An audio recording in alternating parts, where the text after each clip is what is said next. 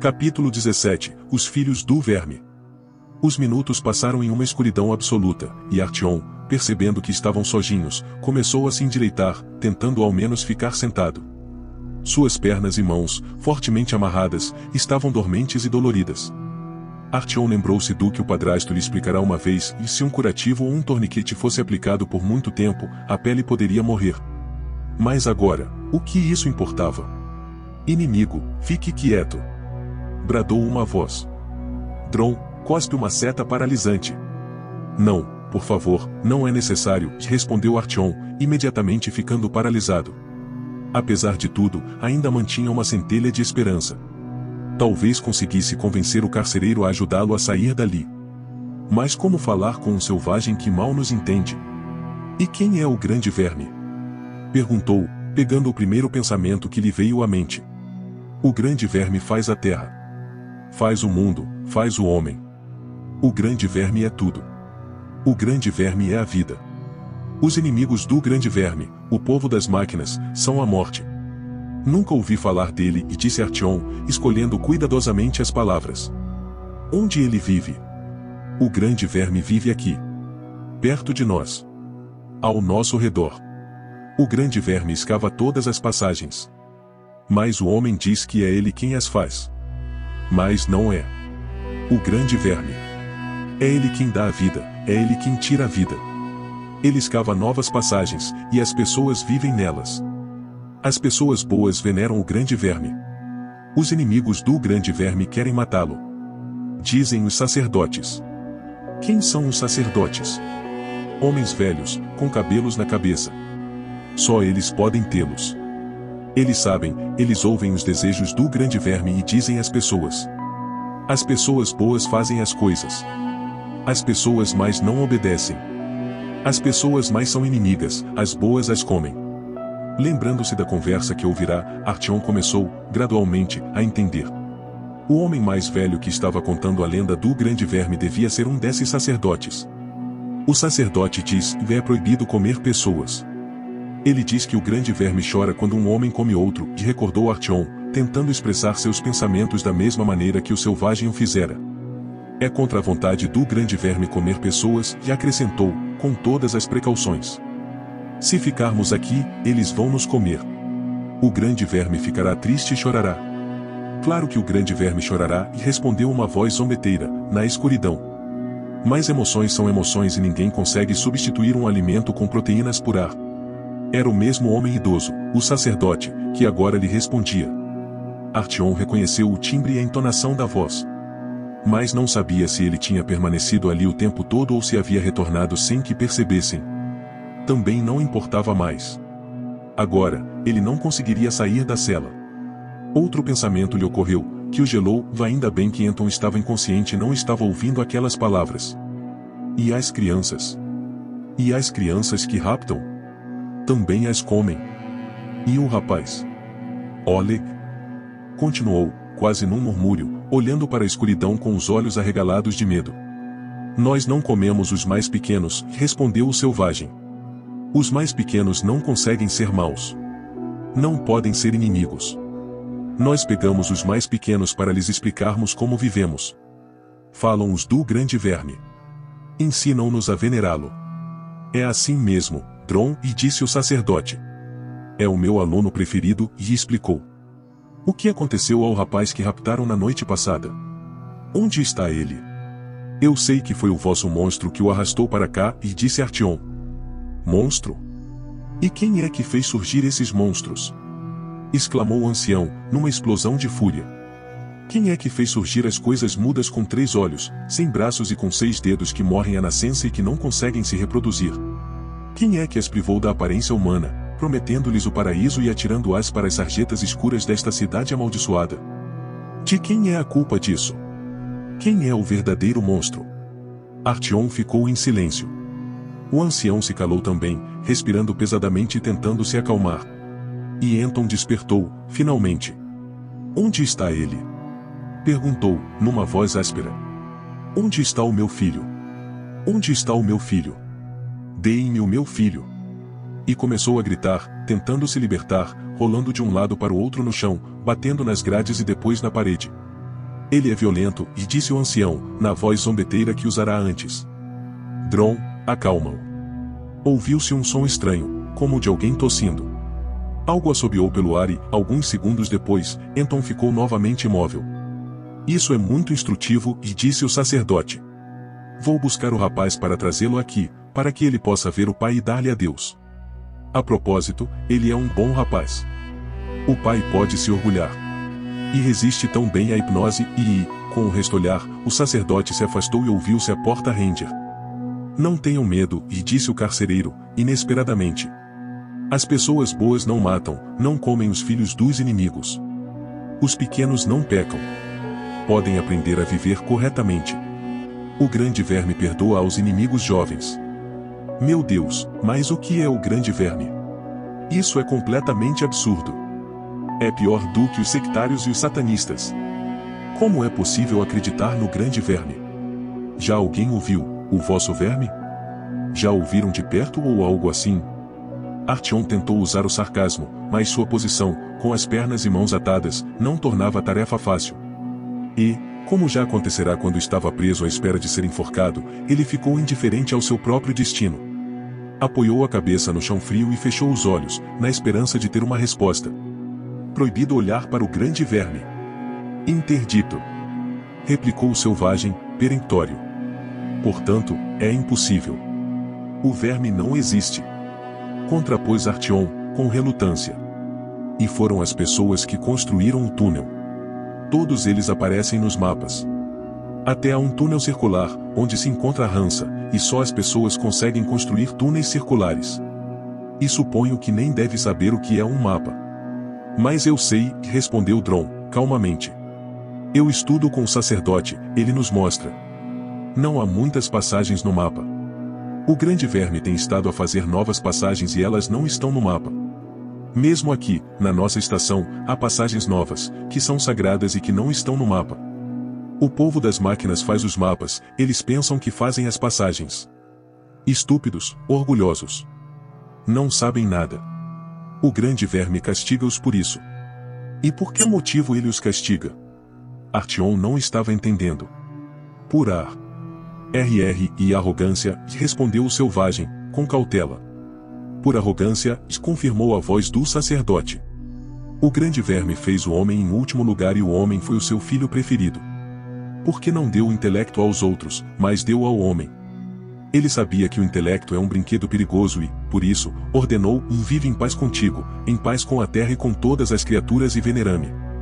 Depois disso, o grande verme retirou-se para o interior mais profundo da terra, mas antes de o fazer, disse: virá o dia em que eu regressarei.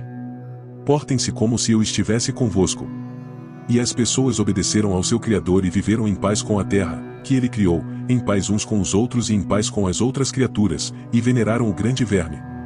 E tiveram filhos, e os seus filhos tiveram filhos, e o pai transmitiu ao filho, e a mãe à filha, as palavras do grande verme.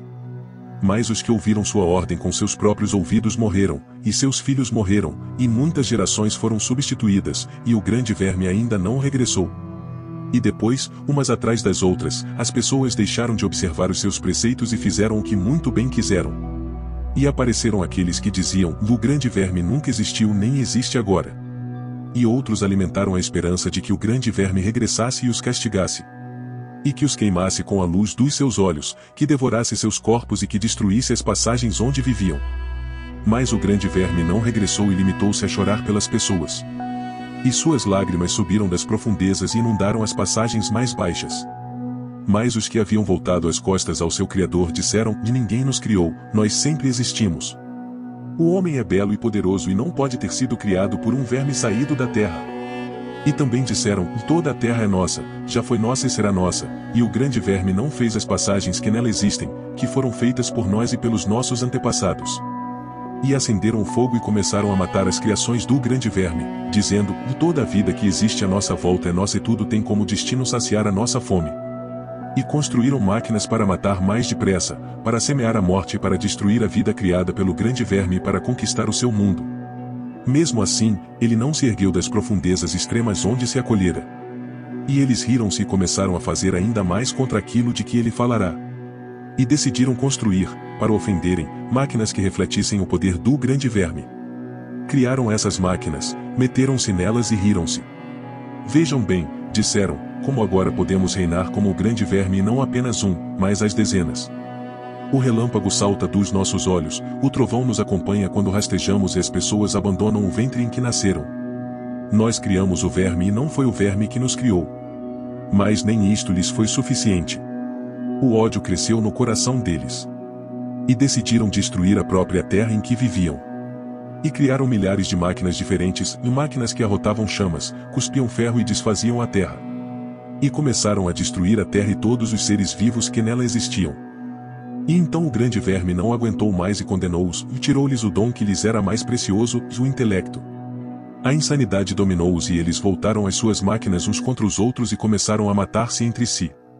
Nunca mais se lembraram por que o fizeram e já não conseguiram parar. E assim puniu o grande verme o homem, pela sua arrogância. Mas não puniu todos, pois não? Perguntou uma voz de criança. Não. Houve sempre os que se lembravam do grande verme e que o veneravam. Renunciaram às máquinas e à luz e viveram no mundo com a terra. Foram salvos e o grande verme não se esqueceu da lealdade que demonstraram e conservou-lhes o intelecto, prometendo dar-lhes o mundo todo quando os seus inimigos tiverem sido derrotados. E assim será. E assim será, e repetiu a criança, acompanhando as palavras do selvagem. Oleg? Chamou Artyom, notando qualquer coisa de familiar na voz da criança. Esta, no entanto, não respondeu. E até este dia, os inimigos do grande verme têm vivido em passagens que eles próprios escavaram, porque não tem mais nenhum local onde possam abrigar-se, mas continuam a venerar as máquinas em vez do grande verme. É enorme a paciência do grande verme e tem sido suficiente para resistir aos longos séculos de ultrajes humanos. Mas ela não é eterna. Já foi predito que, quando ele lançar o último ataque ao coração negro do país dos seus inimigos, eles serão esmagados e o mundo cairá nas mãos das pessoas boas. Já foi predito que chegará o momento em que o grande verme convocará os rios e a terra e o ar para o ajudarem. E a superfície da terra afundar-se-á e as correntes fervilhantes e o coração negro do inimigo será varrido para o esquecimento. E, finalmente, os justos triunfarão, haverá felicidade para as pessoas boas e vida sem doenças e fungos para contento dos seus corações e toda espécie de animais em abundância. Acendeu-se uma chama. Artyom já tinha conseguido apoiar as costas na parede e não precisava de continuar dolorosamente curvado para manter no seu campo de visão as pessoas que se encontravam do outro lado das grades. Viu aí sentado no meio da sala e no chão, de pernas cruzadas, um rapaz que se mantinha de costas para ele. Por cima do rapaz parecia pairar a figura frágil do sacerdote, iluminado pelo isqueiro que mantinha na mão. O selvagem que tinha a zarabatana na mão estava a seu lado, encostado à ombreira da porta. Todos os olhos se concentravam no ancião, que terminara a sua narrativa.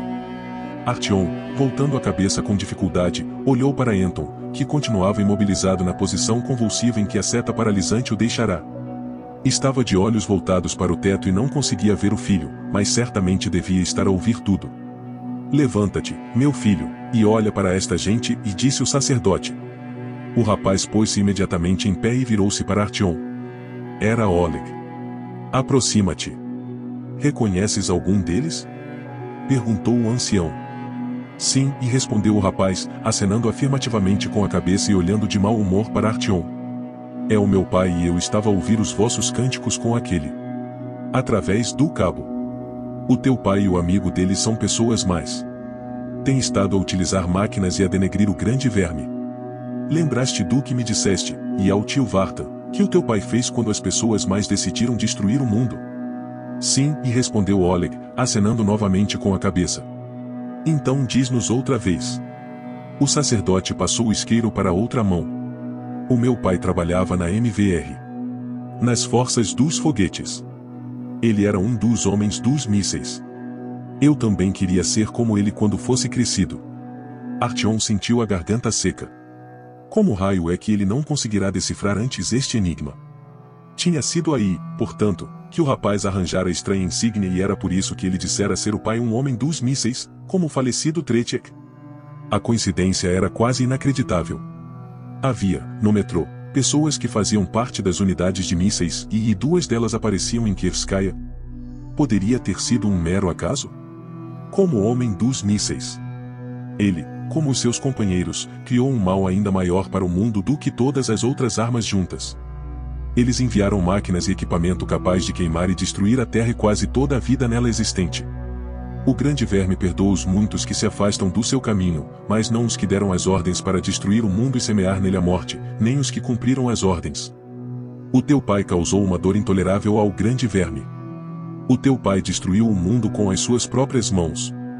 Sabes o que ele merece? A voz do ancião tornou-se mais severa. A morte? Perguntou o rapaz, na dúvida, olhando primeiro para o sacerdote e depois para o pai, que continuava, dobrado sobre si próprio, no chão da gaiola dos macacos. A morte, confirmou o sacerdote. Ele tem de morrer.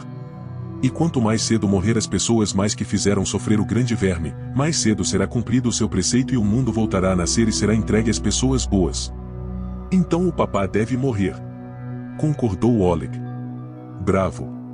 O ancião afagou a cabeça do rapaz. E agora, vai. Vai brincar com o tio Vart e com os outros miúdos, outra vez. Mas toma cuidado, sê cuidadoso na escuridão. Não caías.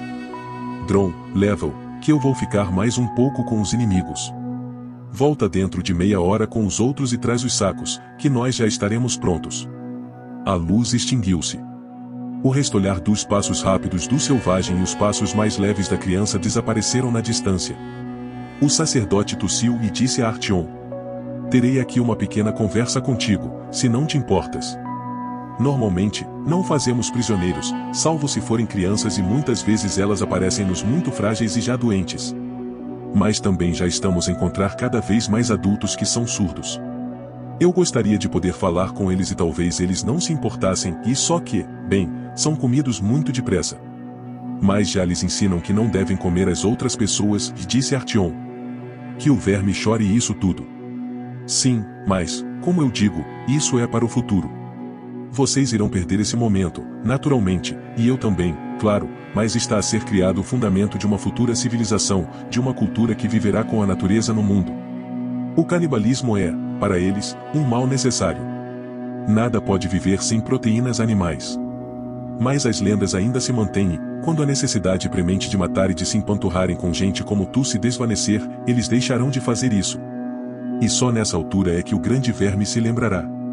Só é uma pena que eu já não vá a tempo de viver nesse mundo tão belo, e o ancião deu uma risadinha desagradável. Eu já vi tantas coisas no metrô, sabe? Disse Artyom. Há uma estação em que acreditam que se escavarem suficientemente fundo, conseguirão chegar ao inferno. Noutra, que estamos a viver quase no paraíso porque a última batalha entre o bem e o mal já terminou e os que sobreviveram são os escolhidos que podem entrar no reino dos céus. Depois disso, a história do vosso verme não me parece lá muito convincente. Ao menos acredita nisso, pessoalmente? Que importa aquilo em que eu ou os outros sacerdotes acreditamos? O ancião fez uma careta. Já não tens muito tempo de vida, só algumas horas. Portanto, posso dizer-te uma coisa. Não se pode ser franco com ninguém a não ser com aquele que vai levar consigo as nossas revelações quando morrer. Por isso, aquilo em que acredito não é importante.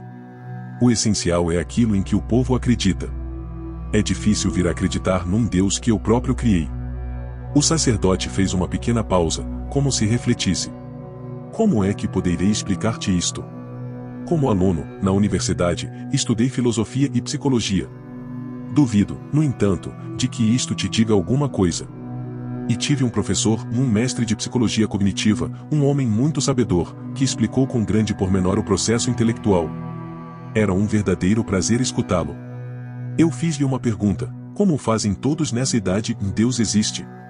Eu já tinha lido vários livros, já tinha tido muitas conversas, como é costume, e estava inclinado a pensar que, possivelmente, não existiria.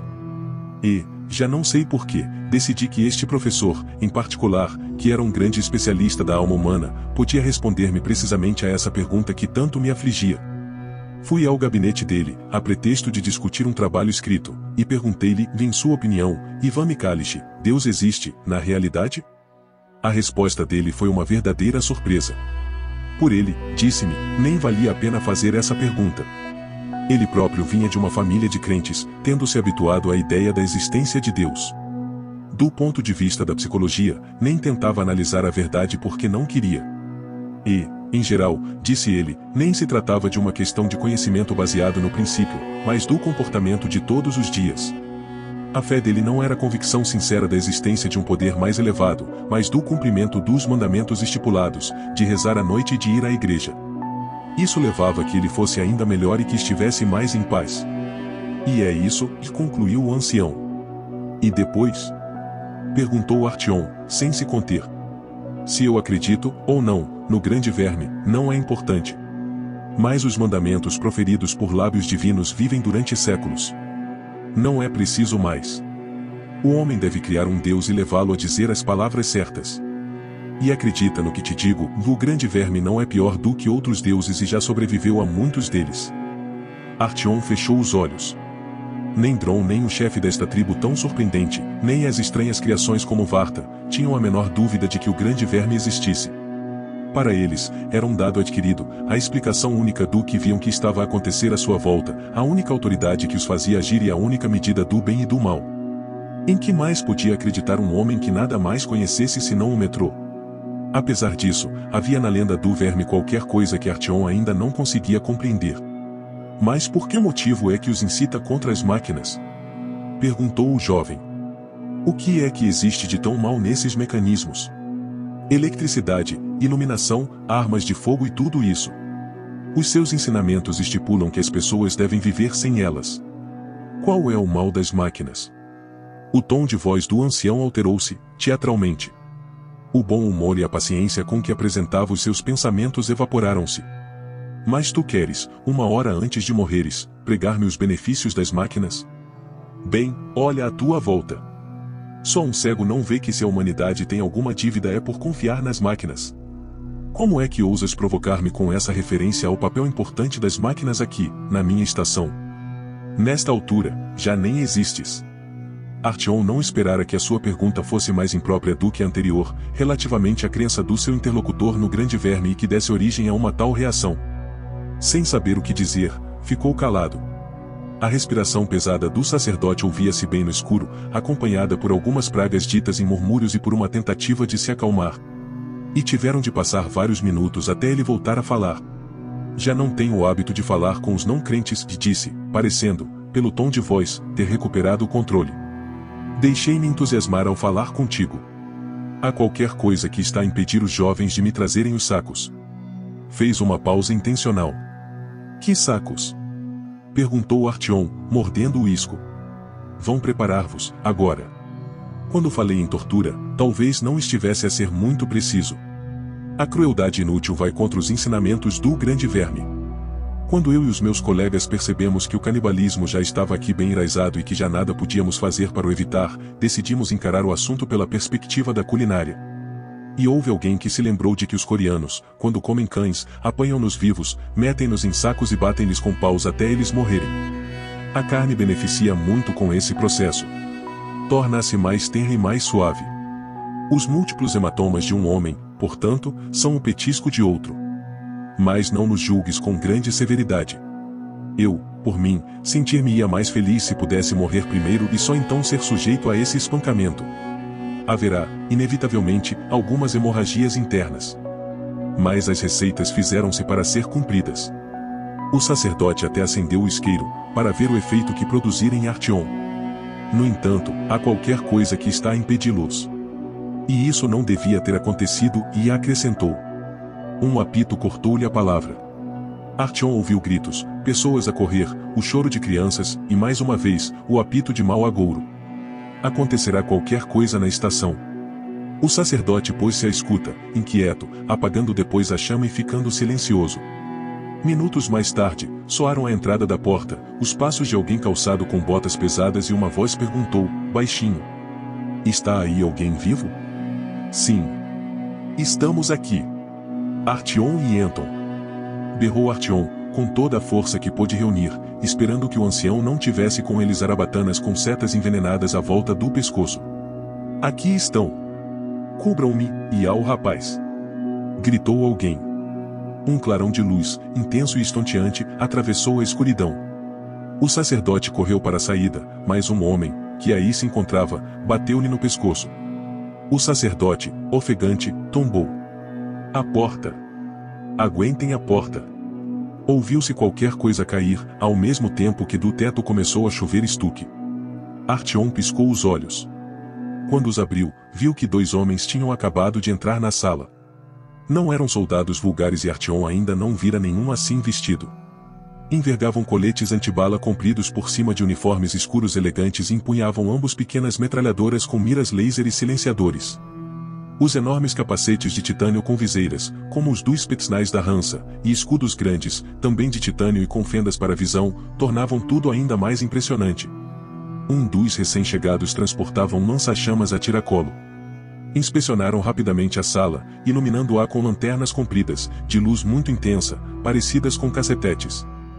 São estes? Perguntou um. São, e confirmou o outro. Examinando com um ar prático o cadeado das grades da gaiola dos macacos, o homem recuou alguns passos e depois deu um salto, atingindo as grades com os 2 pés. Sob o impacto das 2 botas, as dobradiças ferrugentas rebentaram e a porta caiu muito perto de Artyom.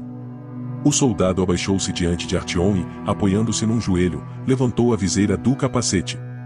E tudo ficou explicado. Vera Melnik que estava diante de Artyom, observando-o com olhos semicerrados. A faca serrilhada deslizou ao longo dos cabos que rodeavam as mãos e as pernas do jovem. E depois o saqueador cortou-os, libertando-o. Portanto, ainda estás vivo, disse Melnik, com satisfação. Podes andar.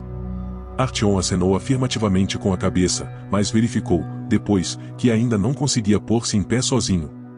O corpo entorpecido ainda não regressara por inteiro ao seu controle. À sala chegaram, entretanto, mais homens. 2 tomaram posições defensivas junto às portas. No total, eram 8 os recém-chegados. Estavam vestidos e equipados como os 2 primeiros, e alguns envergavam blusões compridos, como o caçador. Um deles abaixou-se e pousou no chão uma criança, que mantivera sob a proteção do escudo, que estava preso ao braço.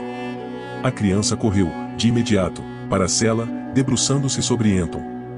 Papá. Papá. Eu menti-lhes para eles pensarem que eu estava do lado deles. Fui eu que lhes indiquei agora onde estavas. Papá, desculpa. Não fiques calado, papá. Oleg mal conseguia conter as lágrimas. Anton continuava de rosto voltado para o teto, com os olhos vidrados. Artyom receava que 2 setas paralisantes com uma diferença de poucas horas pudessem ser demais para o comandante. Melnik pousou o indicador no pescoço de Anton e concluiu, passados alguns segundos. Ele está bem. Está vivo. Tragam uma maca. Enquanto Artyom falava a Melnik do efeito das setas envenenadas, 2 dos combatentes desenrolaram uma maca de pano no chão e deitaram Anton em cima dela. Não muito longe, o sacerdote começou a agitar-se e a murmurar qualquer coisa. Quem é este? Perguntou Melnik. Artyom explicou-lhe. Vamos levá-lo conosco e usá-lo como cobertura. Como está a situação? Perguntou aos outros. Tudo sossegado, lhe informou um dos combatentes, que estava de guarda à porta. Vamos regressar ao túnel, e disse o saqueador. Temos de regressar à base com os feridos e com o refém, para o interrogarmos. Toma, e disse Artyom, entregando-lhe uma Kalashnikov. Se tudo correr como planeado, nem terás de usá-la. Não tens nenhuma proteção e, por isso, é melhor ires atrás de nós. Toma conta do miúdo. Artyom acenou afirmativamente com a cabeça e pegou em Oleg pela mão, quase o arrancando da maca onde o pai se encontrava. Vamos fazer a tartaruga, ordenou Melnik. Os combatentes formaram um oval, rapidamente, com os escudos para o lado de fora encostados uns aos outros, deixando ver apenas os capacetes. 4 transportavam a maca com as mãos livres. Artyom e o rapaz ficaram no interior, completamente cobertos pelos escudos. O sacerdote foi amordaçado e, com as mãos amarradas atrás das costas, posto à cabeça da formação. Depois de alguns movimentos mais agitados, a tentar libertar-se, acabou por ficar calmo, a olhar para o chão de mau humor. Os 2 combatentes que seguiam à frente tinham dispositivos de visão noturna que faziam de olhos da tartaruga. Os dispositivos estavam diretamente ligados aos capacetes, o que lhes libertava as mãos. Obedecendo à voz de comando, os soldados inclinaram a cabeça e, cobrindo as pernas com os escudos, começaram a andar rapidamente.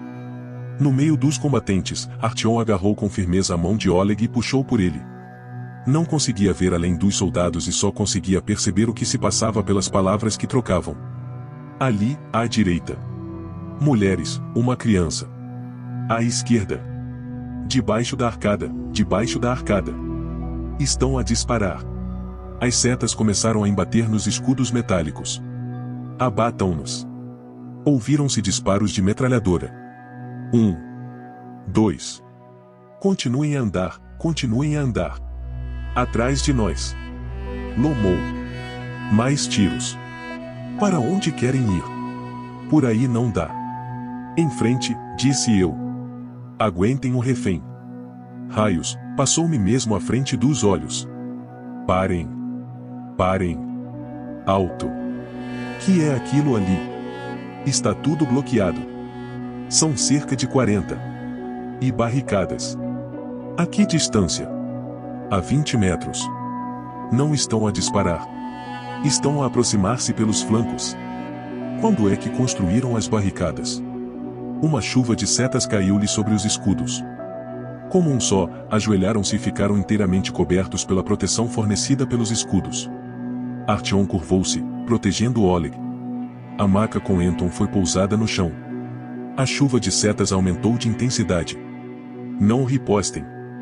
Não ripostem. Vamos esperar. Atingiu-me a bota. Preparem as lanternas. Contando até 3, iluminem-nos com as lanternas e disparem. Quem tiver o dispositivo de visão noturna pode escolher já os seus alvos. 1. Eles estão a parar. 2. 3. Acenderam-se ao mesmo tempo vários focos de luz muito intensa e as metralhadoras abriram fogo. Artyom conseguiu ouvir os gritos de medo e os gemidos dos que eram atingidos. Depois, o tiroteio cessou de repente. E Artyom ficou à escuta. Ali, com a bandeira branca. Estão a render-se ou o quê? Cessar fogo. Falamos com eles. Ponham o refém à frente. Para com isso, cabrão. Pronto, já está. Já está. Espertalhão do velho. Temos o vosso sacerdote. Proclamou Melnik. Deixem-nos sair. Deixem-nos regressar ao túnel. Repito, deixem-nos sair. O que é aquilo? O que é aquilo? Não há reações. Talvez não tenham percebido. Iluminem-nos melhor. Olhem. E, de repente, calaram-se. Nem chegou a haver negociações. Era como se os combatentes estivessem imersos nos seus pensamentos. No início, eram só os que estavam à frente, depois, os que estavam na retaguarda. O silêncio era de tensão e não prenunciava nada de bom. O que se passa? Perguntou Artyom, inquieto.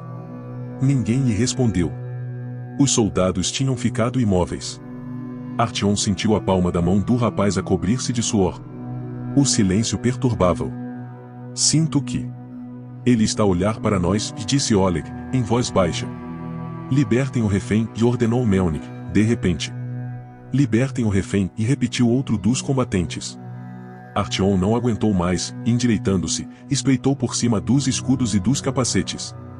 Mais à frente, a uns 10 passos, no ponto onde se cruzavam 3 focos de luz ofuscantes, sem pestanejar e sem cobrir os olhos com as mãos, estava um homem alto e de costas curvadas, com um pano branco nos dedos retorcidos da mão estendida.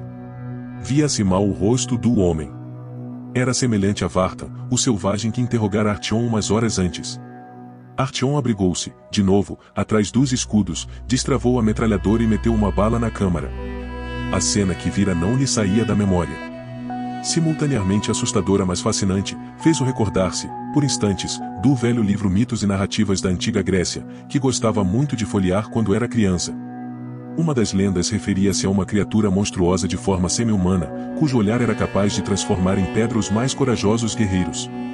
Artyom respirou fundo, chamou a si toda a sua força de vontade, impondo-se a si próprio não olhar para o rosto do hipnotizador, saltou por cima dos escudos como um demônio na ponta de uma mola e primiu o gatilho. Depois da estranha e silenciosa batalha entre as metralhadoras com silenciadores e as zarabatanas, o disparo de tiro automático da Kalashnikov pareceu abanar o próprio teto da estação. E embora Artyom estivesse convencido de que, àquela distância, não seria possível falhar, o que mais receava aconteceu mesmo, e tendo adivinhado as suas intenções, o olhar da criatura caiu sobre Artyom assim que a sua cabeça emergiu dos escudos, e os seus olhos ficaram presos na armadilha dessa visão mortífera. O jovem conseguiu oprimir o gatilho, mas uma mão invisível fez o cano da arma desviar-se para o lado. A rajada falhou quase todo o alvo, mas um dos tiros acertou no ombro da criatura. O hipnotizador soltou um som gutural, que perfurou os ouvidos de Artyom e, com um movimento fugidio, desapareceu na escuridão. Só temos alguns segundos, pensou Artyom, só alguns segundos. Quando o grupo chefiado por Melnik atacara Park Pobed, tivera a seu favor o elemento da surpresa. Mas agora, depois de os selvagens terem organizado a sua defesa, já não pareciam ter a possibilidade de atravessar a barreira que eles haviam criado. Fugir em sentido contrário parecia ser a única hipótese. Lembrou-se das palavras do carcereiro: "Há túneis que não constam do mapa do metrô e que partem da estação." "Há aqui outros túneis?" perguntou a Oleg. "Há mais uma estação como esta, depois da passagem, como um reflexo num espelho", respondeu o rapaz, com um aceno de mão. "Brincamos lá. Ainda existem alguns túneis, mas eles disseram-nos que era proibido entrar." "Vamos recuar. Para o cruzamento!" gritou Artyom, tentando reduzir o tom de voz e imitar o som baixo da voz de comando de Melnik. "Mas que diabo!" rosnou o saqueador, aborrecido. Parecia já estar a recuperar toda a consciência. Artyom agarrou-o por um ombro. "Rápido, eles têm aqui um hipnotizador", e explicou, falando apressadamente. "Nós não conseguimos furar a barreira. Há outra saída, depois do cruzamento." "É verdade, esta estação é dupla." "Vamos!" exclamou Melnik, acatando a decisão. "Aguentem a formação. Para trás. Devagar, devagar." Os soldados começaram a mover-se, embora a contragosto, de início. Impelindo-os com novas ordens, Melnik conseguiu obrigar o grupo a retomar a mesma formação apertada e a começar a retirar-se antes que mais setas caíssem sobre eles, vindas da escuridão. Quando começaram a subir os degraus existentes na passagem, o combatente que ia na retaguarda deu um grito e agarrou-se à canela. Continuou a subir, apesar de sentir as pernas a ficarem entorpecidas, mas, passados alguns instantes, uma cãibra monstruosa fez-o tombar, agitando-se como se fosse uma peça de roupa molhada que alguém estivesse a retorcer. O grupo parou. Sob a cobertura dos escudos, 2 soldados apressaram-se a ir levantar o camarada caído. Mas já não puderam fazer nada. O corpo ficou azul, diante dos seus olhos, e a boca encheu-se de espuma. Artyom já sabia o que isso significava, tal como Melnik. "Pega no escudo, no capacete e na metralhadora dele", disse Melnik a Artyom. "Rápido. Vamos. Vamos", gritou aos outros. O capacete de titânio estava sujo com a horrível espuma e Artyom precisava de arrancá-lo da cabeça do morto.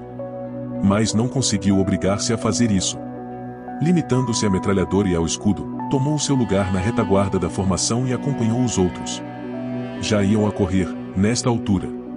Alguém atirou uma granada de fumo, e, aproveitando a confusão, o grupo desceu para os carris.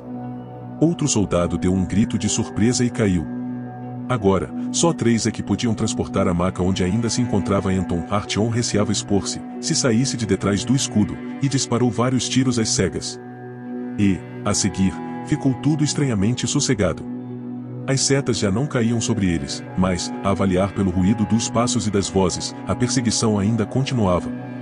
Reunindo toda a sua coragem, Artyom espreitou de detrás do escudo.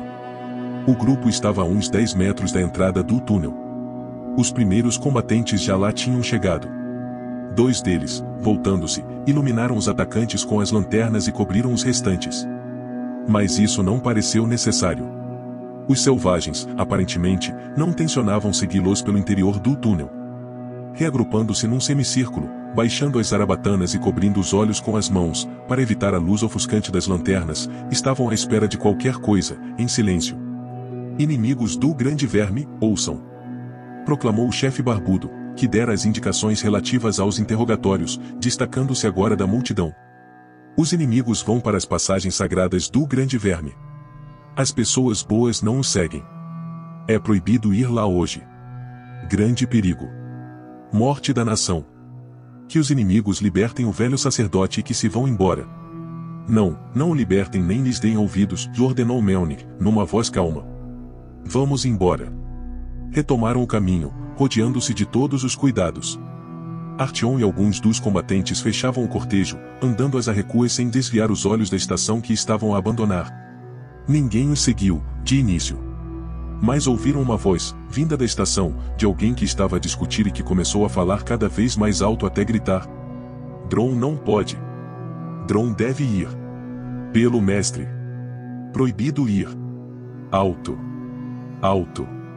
Uma figura escura destacou-se da escuridão num movimento rápido, aparecendo tão velozmente à luz das lanternas que era impossível atingi-la. De imediato, seguiram-na outras figuras. Sem conseguir fazer pontaria ao primeiro selvagem, um dos soldados atirou um objeto na direção dos seus perseguidores e lançou um aviso. Para o chão. Granada. Artyom atirou-se de porco para os carris, cobrindo a cabeça com as mãos e abrindo a boca como o padrasto lhe ensinara. O ruído incrível da explosão e a ensurdecedora força da onda de choque atingiram-lhe os ouvidos e empurraram-no contra as travessas. Ficou assim durante alguns minutos, a abrir e a fechar os olhos, tentando recuperar a consciência. A cabeça latejava-lhe e via pontos coloridos diante dos olhos. Palavras pronunciadas com dificuldade e repetidas foi o que primeiro ouviu, de não disparem, não disparem, Dron não tem arma, não disparem. Artyom levantou a cabeça e olhou em redor. Os focos de luz das lanternas iluminavam o selvagem que os havia vigiado enquanto estavam na gaiola dos macacos e que agora mantinha as mãos bem erguidas. 2 dos soldados o mantinham na mira de suas armas, esperando ordens, enquanto os outros se levantavam, sacudindo a poeira. O ar ainda estava pesado com a poeira proveniente das pedras destruídas, e um cheiro pungente chegava até eles vindo da estação. O que aconteceu? Veio tudo abaixo?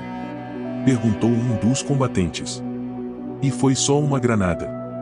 Te digo, o metrô está preso por um fio. Bem, pelo menos por agora estamos a salvo. Até eles conseguirem afastar todos os destroços. Prendam o selvagem e tragam-no, e disse Melnik, aproximando-se. Vamos continuar, sem perder mais tempo. Não sabemos quando é que eles vão conseguir fazer alguma coisa. O grupo só parou cerca de 1 hora depois. Durante o trajeto, viram o túnel se dividir em 2 direções, e coube ao saqueador, que ia à frente, decidir por qual caminho continuariam. Em certo ponto, encontraram enormes dobradiças de ferro, que um dia deviam ter sustentado batentes de portas. Perto delas, acharam os destroços de uma porta de correr. Fora isso, o túnel estava completamente vazio, mergulhado numa escuridão absoluta, sem sinais de vida. Eles caminhavam em silêncio. O idoso tropeçava a cada passo e caiu várias vezes. Dron caminhava visivelmente contrariado, resmungando palavras sobre proibição e danação até que lhe taparam a boca com uma mordaça. Quando Melnik permitiu uma pausa, colocando sentinelas com dispositivos de visão noturna a cerca de 50 metros em ambos os lados do túnel, o sacerdote, exausto, deixou-se cair no chão. O selvagem, no entanto, continuava tentando falar apesar da mordaça, até que os soldados o levaram para perto do sacerdote, junto de quem se ajoelhou, acariciando a cabeça do idoso com as mãos amarradas. O pequeno Oleg correu até a maca onde o pai ainda permanecia deitado e começou a chorar. A paralisia que afetara Anton já havia desaparecido, mas o comandante permanecia inconsciente desde que fora atingido pela primeira flecha. Melnik chamou Artyom para perto e o jovem não conseguiu conter sua curiosidade. Como é que nos encontraram? Perguntou. Cheguei a pensar que tudo estava acabado para nós e que iriam nos devorar. Acha que foi difícil? Vocês deixaram a vagoneta bem debaixo da abertura. Os guardas encontraram quando Anton não apareceu para o chá depois de meia hora. Só que não tentaram fazer nada sozinhos. Vigiaram a abertura e comunicaram o ocorrido ao chefe da estação. Eu cheguei logo depois e vi que você não tinha ficado à minha espera. Voltei à nossa base em Somolenskaya para reunir reforços. Começamos a nos preparar, e enquanto nos equipávamos, lembrei-me do que aconteceu em Mayakovskaya. Houve uma situação semelhante, num túnel lateral destruído, onde Tretiak e eu nos separamos. Estávamos procurando a entrada para D6 no mapa, separados por uns 50 metros. 3 minutos depois, chamei por ele. Não houve resposta. Corri até onde ele deveria estar e o encontrei no chão, com a pele azulada, muito inchado, os lábios rompidos por aquela porcaria. Arrastei-o pelas pernas até a estação. Enquanto o carregava, lembrei-me de Semyonovich e do que ele contou sobre o guarda envenenado. Iluminei melhor o corpo de Tretiak e encontrei uma flecha cravada em sua perna. Foi aí que comecei a entender tudo. Enviei um mensageiro para que você esperasse na estação, mas quando voltei, já não estava lá. Eles também já chegaram a Mayakovskaya? Perguntou Artyom, surpreso. Como chegaram lá a partir de Parque Pobete? É o que vou te contar. O saqueador tirou o capacete e o colocou no chão. Claro que você me desculpará, mas não viemos apenas buscá-lo, também queríamos coletar informações. Acho que deve haver aqui outra passagem para o metrô 2. E acho que foi por lá que seus canibais chegaram a Mayakovskaya. Aliás, acontece a mesma coisa lá, crianças desaparecendo da estação durante a noite. E só Deus sabe para onde vão, porque não deixam vestígios. Quer dizer, está dizendo que, e a ideia parecia tão inconcebível que Artyom hesitou em verbalizá-la. Na sua opinião, a entrada para o metrô 2 é por aqui? A porta de entrada para D6, aquela espécie de fantasma do metrô, estaria realmente perto de onde estavam? Artyom pensou em todos os rumores, histórias, lendas e teorias sobre o metrô 2 que já ouvirá. E ainda te digo mais, o saqueador piscou o olho para ele. Até acho que já entramos. Pedindo uma lanterna a um dos soldados, Artyom começou a examinar as paredes do túnel. Ele sentia os olhares intrigados sobre si, como se achassem que aquilo era uma bobagem, mas não podia evitar. Mesmo sem saber exatamente o que esperava encontrar no metrô 2, a possibilidade o intrigava. Trilhos de ouro? Pessoas vivendo como antes, alheias aos horrores cotidianos, numa abundância digna de um conto de fadas? Deus! Ele percorreu todo o caminho entre os dois postos de vigilância e, sem encontrar nada, voltou para junto de Melnik. O saqueador estava conversando com o soldado encarregado de guardar os selvagens. E os reféns? Acabo com eles? Perguntou o soldado. Primeiro, vamos conversar, respondeu Melnik. Curvando-se, ele retirou a mordaça do sacerdote e depois fez o mesmo com o outro prisioneiro. Mestre! Mestre! Começou o selvagem, em tom lamurioso. Dron vai contigo. Dron vai contigo, mestre. Dron quebrou a proibição das passagens sagradas. Dron está pronto para morrer pelas mãos dos inimigos do grande verme e vai contigo até o fim. O que quer dizer com isso? Que história é essa do verme? O que são as passagens sagradas? Perguntou Melnik. O idoso permaneceu em silêncio. Mas Dron, olhando assustado para seus captores, apressou-se a responder. As passagens sagradas do grande verme são proibidas para as pessoas boas. O grande verme pode aparecer. As pessoas podem ver. É proibido ver. Só os sacerdotes podem. Dron tem medo, mas vai. Dron vai com o mestre. Mas que verme? Insistiu o saqueador, franzindo a testa. O grande verme. Criador da vida, e explicou Dron. As passagens sagradas ficam ali adiante. Não se pode ir todos os dias. Hoje é dia proibido. Quem vê o grande verme vira cinzas. Quem o ouve é amaldiçoado e morre rapidamente. Todo mundo sabe. Os anciãos dizem isso. O que está acontecendo aqui? São todos assim? Perguntou Melnik a Artyom. Não, e respondeu o jovem, balançando a cabeça. Fale com o sacerdote. Eminência, e disse Melnik, dirigindo-se ao sacerdote com ironia. Vai ter que me desculpar, mas sou apenas um velho soldado. Como vou dizer? Não entendo a linguagem mais elevada. Mas há um lugar aqui no seu domínio que estamos procurando. E parece que é possível chegar até lá. Há coisas guardadas nesse lugar. Flechas de fogo? Os frutos da ira? Ele observou o rosto do idoso, esperando alguma reação a uma de suas metáforas, mas o sacerdote permaneceu teimosamente em silêncio, olhando-o com olhos semicerrados. As lágrimas ardentes dos deuses? Continuou o saqueador, para a surpresa de Artyom e dos outros. Os raios de Zeus? Deixe de teatro, e interrompeu finalmente o sacerdote, com um olhar de desprezo. Não é aceitável profanar a metafísica com suas botas sujas de militar. Mísseis, e disse Melnik de imediato, mudando para um tom muito mais prático. A unidade de mísseis que existia nos arredores de Moscou. Uma saída do túnel de Mayakovskaya. Deve se lembrar do que estou falando. Precisamos chegar lá rapidamente, e seria melhor para você nos ajudar. Mísseis, e repetiu o idoso lentamente, como se saboreasse a palavra. Mísseis. Você deve ter o quê? Uns 50 anos? Ainda deve se lembrar. No Ocidente, chamaram os SS-18 de Os Satanás. Esse deve ter sido o único momento de lucidez da civilização humana. Não acha que isso já foi suficiente? O mundo todo está em ruínas, e você acha que ainda não basta? Ouça, Eminência, não temos tempo para isso, respondeu Melnick. Dou-lhe 5 minutos. Ele estendeu as mãos, estalando os dedos. O sacerdote fez uma careta. Nem o equipamento de combate de Melnick e seus soldados, nem a ameaça mal disfarçada na voz do saqueador pareciam impressioná-lo por um momento. E depois? O que pode fazer comigo? Ele sorriu. Vai me torturar? Vai me matar? Vá em frente. Eu já sou velho, e nossa religião tem poucos mártires. Portanto, mate-me, como já matou centenas de milhões de outras pessoas. Assim como destruiu o meu mundo. O nosso mundo.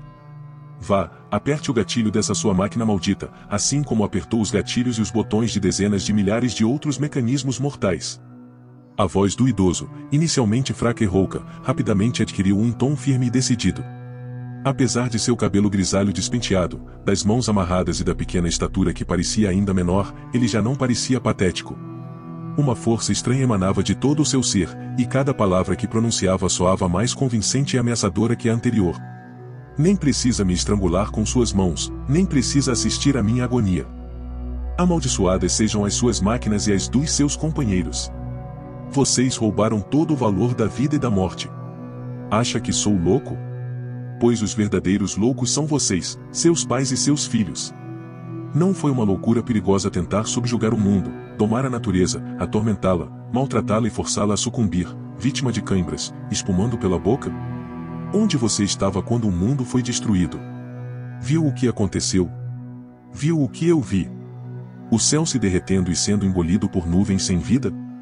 Os rios e os mares fervendo, lançando para as margens animais queimados vivos, transformando a água em uma geleia congelada? O sol desaparecendo do céu, voltando apenas anos depois? As casas virando pó em questão de segundos, com as pessoas que viviam nelas reduzidas a cinzas? Ouviu os gritos daqueles que pediam socorro? Dos que morreram nas epidemias, mutilados pela radiação? Ouviu suas súplicas? Olhe para ele. O sacerdote apontou para Dron. Olhe para os que não têm braços, olhos, ou para os que nasceram com 6 dedos. Até mesmo para aqueles que adquiriram novas habilidades. O selvagem, de joelhos, ouvia as palavras do sacerdote com ofegante temor. Artyom também sentiu algo semelhante. Até os soldados, que ouviam em silêncio, recuaram um passo. Apenas Melnick permaneceu impassível, encarando diretamente o idoso. Você viu o seu mundo morrer? Continuou o sacerdote. Compreende de quem é a culpa? Quem transformou florestas verdes infinitas em desertos queimados? O que vocês fizeram com este mundo? A Terra nunca conheceu um mal maior que essa maldita civilização das máquinas. Sua civilização é um tumor canceroso, uma ameba gigante que consome tudo o que é útil, sem jamais se saciar, apenas para vomitar lixo fétido e venenoso. E agora vocês querem mísseis, de novo. Precisam, mais uma vez, das armas mais aterrorizantes criadas por uma civilização de criminosos. Para quê? Para acabar o que começaram? Assassinos. Odeio todos vocês. Odeio vocês. Gritou ele, tomado por um acesso de fúria, tossindo logo em seguida e caindo num silêncio que também envolveu os demais. Mas o tempo de vocês está acabando. E, mesmo que eu não viva para ver esse momento, outros virão em meu lugar. Esses compreenderão como a tecnologia é perniciosa e conseguirão viver sem ela. Vocês estão desaparecendo, cada vez menos de vocês ainda habitam a superfície da Terra, e não vai demorar muito. É uma pena que eu não possa ver a agonia de vocês. Mas estamos criando as crianças que verão isso. A humanidade pagará pela sua arrogância, por destruir tudo o que tinha valor. Após séculos de enganos e ilusões, finalmente aprenderá a distinguir o bem do mal, a verdade da mentira. Estamos educando aqueles que habitarão o mundo depois de vocês. E, para garantir que vocês não escapem da agonia, em breve cravaremos a adaga da misericórdia no coração podre dessa sua civilização decadente. O dia está próximo. Com essas palavras, o sacerdote cuspiu aos pés de Melnick. O saqueador não reagiu de imediato. Parecia indiferente à raiva do idoso, que tremia visivelmente. Então, cruzando os braços e parecendo curioso com a resposta, perguntou: E depois? Para que vocês inventaram essa história de um verme e um conto de fadas para sustentá-la? Para fazer seus canibais odiarem a tecnologia e o progresso? Cale-se. O que você sabe do ódio que eu tenho por essa sua tecnologia diabólica e amaldiçoada? O que você entende sobre as pessoas, suas esperanças, objetivos e necessidades? Se os velhos deuses deixaram a humanidade mergulhar no inferno e morreram com o velho mundo, não há motivo para trazê-los de volta. Escuto em suas palavras a arrogância maldita, o desprezo e o orgulho que levaram a humanidade ao desastre. Portanto, mesmo que o grande verme não exista e que nós o tenhamos inventado, pode estar certo de que, em breve, esse deus imaginário do subsolo será mais poderoso que seus ídolos celestiais, esses deuses que caíram de seus tronos e foram despedaçados. Ri do grande verme. Ria à vontade. Mas não será o último a rir. Já chega. A mordaça. Ordenou o saqueador. Mas não o machuquem, ele ainda pode nos ser útil. O sacerdote foi novamente amordaçado antes que pudesse continuar seus gritos e obscenidades. O selvagem, por sua vez, ficou imóvel, os ombros caídos, com uma expressão de desespero enquanto encarava o rosto do idoso. Mestre! O que significa isso? O grande verme não existe? Perguntou finalmente, com um tom grave. Mas o sacerdote nem olhou para ele. O que significa? O mestre inventou o grande verme? Dron já falava como se estivesse atordoado, balançando lentamente a cabeça. O sacerdote não respondeu. Pareceu Artyom, que observava a cena em silêncio, que o idoso havia gastado toda a sua energia na invectiva dirigida a Melnik e agora estava completamente exausto. Mestre, mestre! O grande verme existe. Está enganando eles. Por quê? Está dizendo o que não é verdade. Para confundir os inimigos. Ele existe. Existe. E, inesperadamente, Dron começou a uivar. O desespero que o consumia era evidente no som que emitia, uma mistura de uivo e choro tão intenso que Artyom sentiu vontade de se aproximar para confortá-lo. Já o idoso parecia ter se despedido da vida, desinteressado de seu pupilo e mais concentrado em outros pensamentos. Ele existe. Ele existe. Ele existe. Proclamou Dron. Nós somos os seus filhos. Somos todos filhos dele. Ele é, sempre foi, e sempre será. Ele existe. Se o grande verme não, e isso significa. Estamos completamente sós. Sós. Algo terrível estava acontecendo ao selvagem, que agora se sentia totalmente desamparado. Dron começou a entrar em transe, balançando a cabeça como se quisesse apagar o que acabará de ouvir, enquanto emitia aquele som lastimoso, acompanhado de um fluxo incessante de lágrimas e saliva. Ele nem tentou se limpar, batendo com as mãos na própria cabeça. Os soldados o soltaram, e o selvagem caiu ao chão, cobrindo os ouvidos com as mãos e começando a dar socos em si mesmo. Depois, rolou de um lado para o outro, agitando-se em total descontrole, enquanto seus gritos preenchiam todo o túnel. Os soldados tentaram contê-lo, mas nem chutes nem socos foram suficientes para calar os uivos que saíam de seu peito. Melnik olhou para o canibal com desaprovação e, então, desabotoou o coldre preso ao cinto. Sacou a Stekin com silenciador, apontou para Dron e puxou o gatilho. O silenciador emitiu um suave pop, e o selvagem ficou imóvel. Os sons desconexos que ele emitia cessaram imediatamente, mas o eco repetiu suas últimas palavras por alguns segundos, como se prolongasse sua vida por mais um instante, e sós. Só então Artyom percebeu o que o selvagem havia gritado antes de morrer, e sós. O saqueador guardou a pistola no coldre. Artyom não conseguiu erguer o rosto para olhar para ele, mantendo os olhos fixos no corpo silenciado do selvagem e no sacerdote ao lado dele. O idoso não reagiu à morte de seu pupilo. Mal se moveu ao ouvir o disparo, limitando-se a lançar um olhar indiferente ao corpo e, em seguida, se voltar sem demonstrar emoção alguma. Vamos, ordenou Melnik. Com esse barulho, vamos atrair metade do metrô para cá. O grupo retomou a formação imediatamente.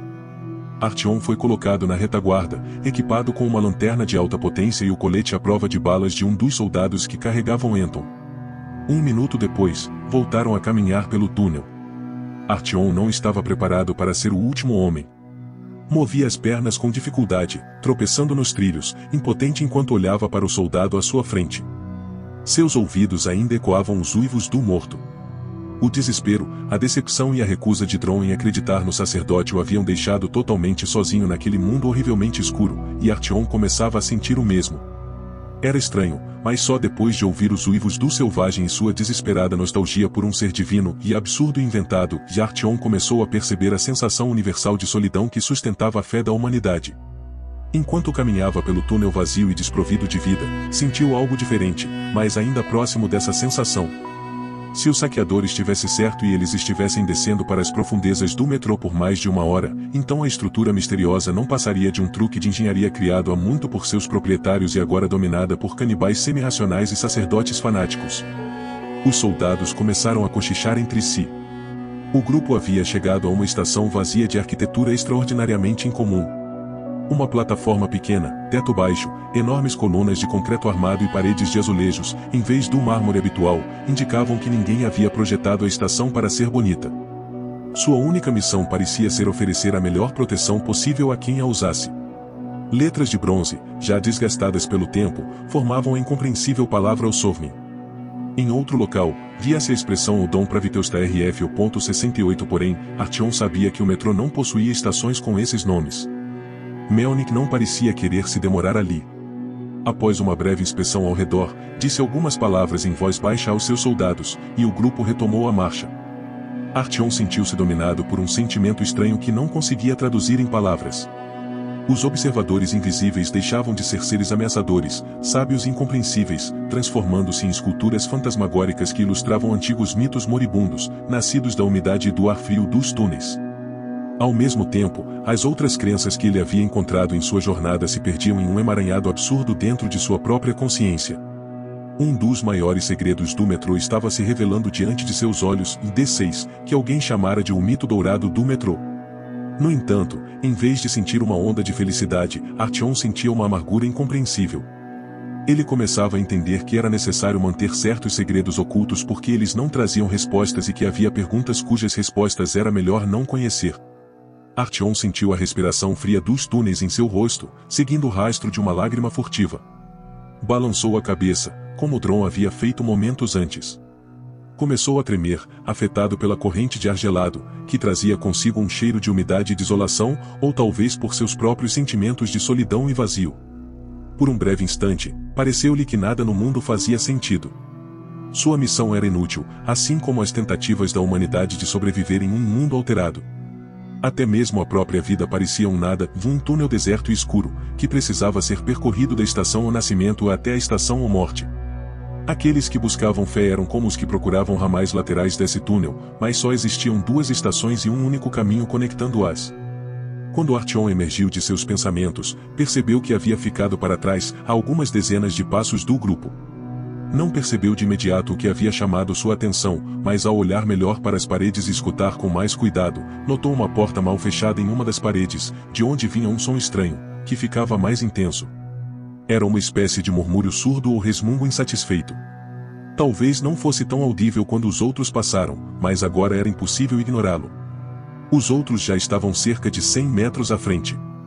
Dominando o impulso de correr atrás deles, Artyom prendeu a respiração, aproximou-se da porta e a empurrou com força. Diante dele surgiu um corredor longo e largo, que terminava em uma saída quadrada e muito escura. Era de lá que vinha o murmúrio. Ele começava a se parecer, cada vez mais, com o rugido de um enorme animal. Artyom ficou imóvel, como que enfeitiçado, olhando para o vazio escuro e ouvindo o rugido cada vez mais intenso, até que viu, à luz de sua lanterna, uma forma incrivelmente gigantesca avançando em sua direção. Recuando apressadamente, fechou a porta com força e correu em direção aos outros.